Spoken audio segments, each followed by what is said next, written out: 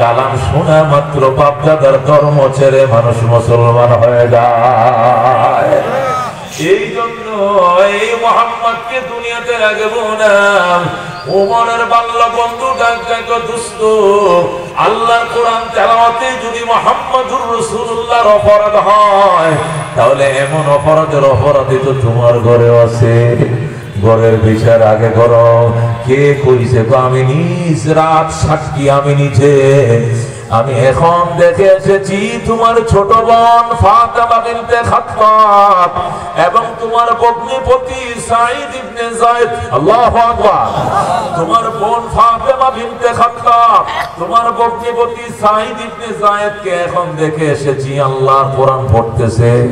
নবীর সাহাবীরে দাওয়াত করে এনে দরজা আটকায়া মধুর কণ্ঠে কোরআন তেলাওয়াত করে, আর তুমি বুঝি মুহাম্মদের কল্লা কাটতে আসছো। ওমর কো সম্ভব, আমার বোন এই কাম করতে পারে না। রাসূলের সাহাবী ওমর আমি চ্যালেঞ্জ করলাম, চল। ওমর চ্যালেঞ্জ গ্রহণ করে রওনা করেছে।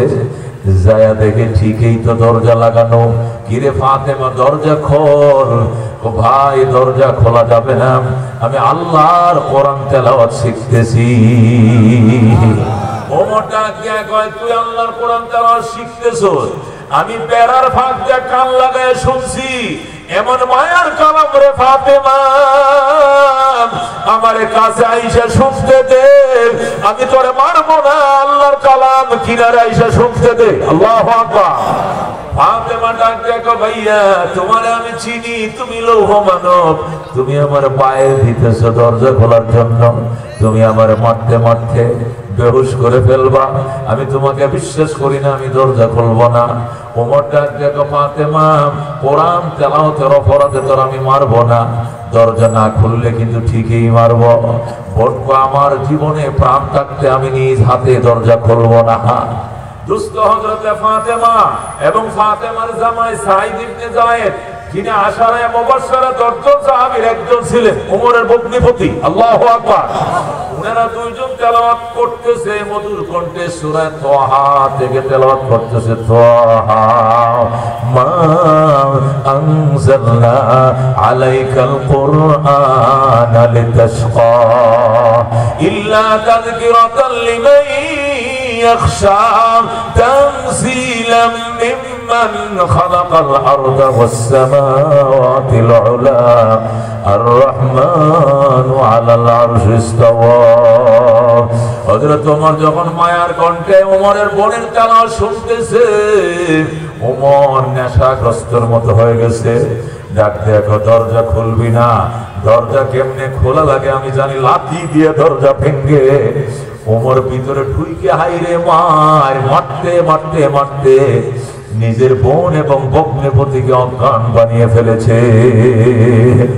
হযরতে ফাতেমার নাকে মুখে রক্ত বের হয়ে গিয়েছে। এমন মারা মারছে, মারতে মারতে ফাতেমা অজ্ঞান, ভগ্নিপতি সাঈদ ইবনে যায়েদ অজ্ঞান। যে সাহাবীকে আনছিল কোরআন শিখানোর জন্য, ওই সাহাবী একটা পাটি ঘরের কোণার মধ্যে বটায়া ওই পাটির চিপার মধ্যে লুকায় রয়েছে যাতে ওমর না দেখে। সে আত্মরক্ষা করে ফেলছে, তারে ওমর দেখে নাই, তারে মারে নাই, কিন্তু বোন ভগ্নিপতিকে ইচ্ছা মতো মারছে, মারতে মারতে অজ্ঞান করে ফেলেছে। ওমরের যখন হুঁশ আসছে, যখন রাগ নামছে, গুসা যখন থামছে, তখন ওমর মনে মনে চিন্তা শুরু করছে, কি করলাম? আরে আমার সহোদর বোন, আমার আপন বোনকে আমি এইভাবে মারলাম। এখন যায় তার বোনের মাথায় ওমর নিজের হাতে পানি ঢালে। পানি ঢালতে ঢালতে বোনের জ্ঞান ফিরে আসে। হযরত ওমর ডাক দেখো, বোন রে আমি ভুল করে ফেলেছি, আমি কোরআন তেলাওয়াতের অপরাধে করে মারি নাই, আমি মারছি, তুই দরজাটা কেন খুলতে দেরি করলি?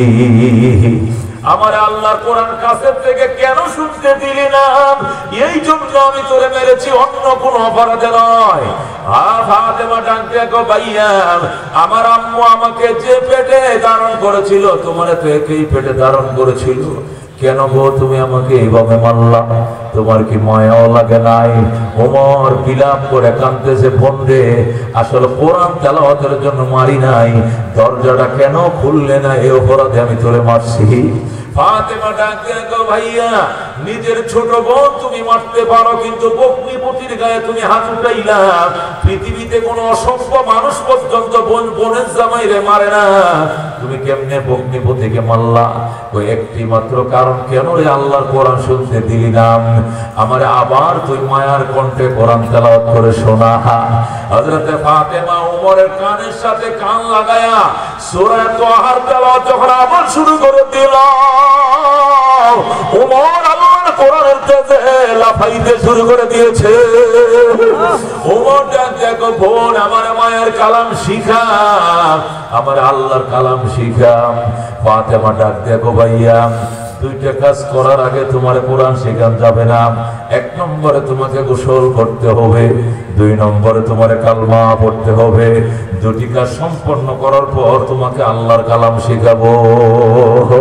ওমর কয়, পানি দে। বোন পানি উঠায় দিছে কুয়ার থেকে, ওমর সাথে সাথে গোসল করছে। এবার আমার কালমা পড়া। হযরতে ফাতেমা ডাক দেখো, ভাইয়া আজকে 3 দিন পর্যন্ত আল্লাহর হাবিব 3 দিন পর্যন্ত কাঁদতেছে আর আল্লাহর দরবারে ফরিয়াদ করতেছে, আল্লাহ আবু জেহেল ইবনে হিশাম অথবা ওমর ইবনুল খাত্তাব, এই দুইজনের যে কোনো একজন লৌহ মানবকে কালিমা পড়াও। আমি অসহায়, নবীর হাত শক্তিশালী করো। ভাইয়া তোমার জন্য আজকে 3 দিন পর্যন্ত নবীর খাওয়া নাই, নাওয়া নাই, ঘুম নাই, শুধু একটাই দোয়া, আল্লাহ হয়তো আবু জেহেল ইবনে হিশাম অথবা ওমর ইবনুল খাত্তাব এই দুইজনের যে কোনো একজনকে কালমা পড়াও। আমি অসহায়, নবীর হাতকে শক্তিশালী করো। ভাইয়া নবীজির দোয়া তোমার কপালে কবুল হয়ে গেছে, যে নবীর দোয়ার বরকতে আল্লাহ তোমার হৃদয়কে মোম বানাইলো। আজকে কালিমা আমি পড়াবো না, তোমাকে নবীর দরবারে নিয়ে যায়। আল্লাহু আকবার। সঙ্গে সঙ্গে ফাতেমা ওমরকে নিয়ে নবীর দরবারে রওনা করছে। এই দিকটা সাহাবীরা জানতে পারছে ওমর মদ পান করে উন্মুক্ত তরবারি ঘুরাইতেছে নবীকে হত্যা করার জন্য।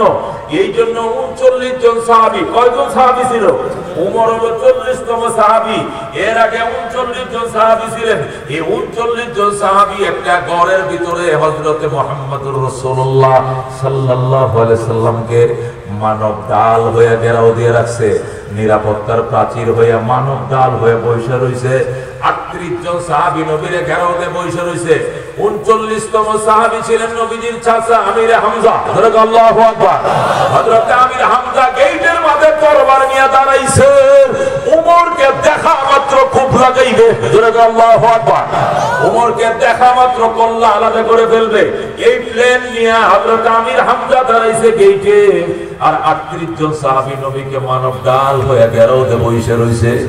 ইতিমধ্যে হযরতে ফাতেমা বিনতে খাত্তাব ওমরকে নিয়ে এসে গেটে দাঁড়াইছে।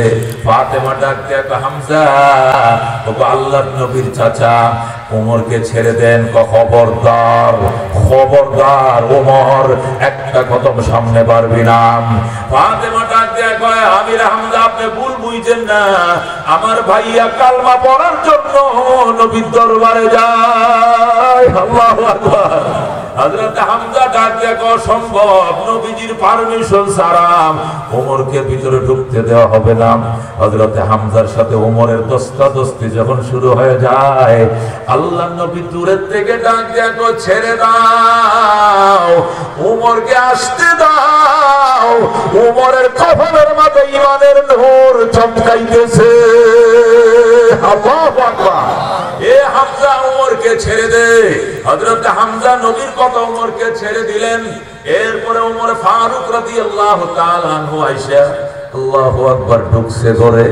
সাহাবীরা রাস্তা করে দিয়েছে, যেহেতু নবী পারমিশন দিছে। আল্লাহ নবীর কিনারে এসে ওমর নবীর দিকে চাইয়াই রইছে। নবীকে ফাদ্দাল ইবনুল খাত্তাব, এ খাত্তাবের পোলা ভাই। ওমর ডাক দিয়ে কই, ইয়া রাসূলুল্লাহ, ইয়া হাবিবাল্লাহ, আমারে বইতে কইেন না, এত নূর এই চেহারা বিরাজ করে আমি আগে জানতাম না। আমাকে মন ভরে আপনার চেহারাটা দেখতে দেন। আল্লাহু আকবার। দীর্ঘ সময় পর্যন্ত ওমর ইবনুল খাত্তাব রাদিয়াল্লাহু তাআলা আনহু আল্লাহর হাবিবের চেহারার দিকে চায় রইছে। চায়া থাকার পর বলতেছি ইয়া রাসূলুল্লাহ আমার পড়ায় দেন আশহাদু আল্লাহ ইলাহা ইল্লাল্লাহ ওয়া আশহাদু আন্না মুহাম্মাদান আবদুহু ওয়া রাসূলুহু। ওমর সাথে সাথে কালমা পড়ে মুসলমান হয়ে যায়।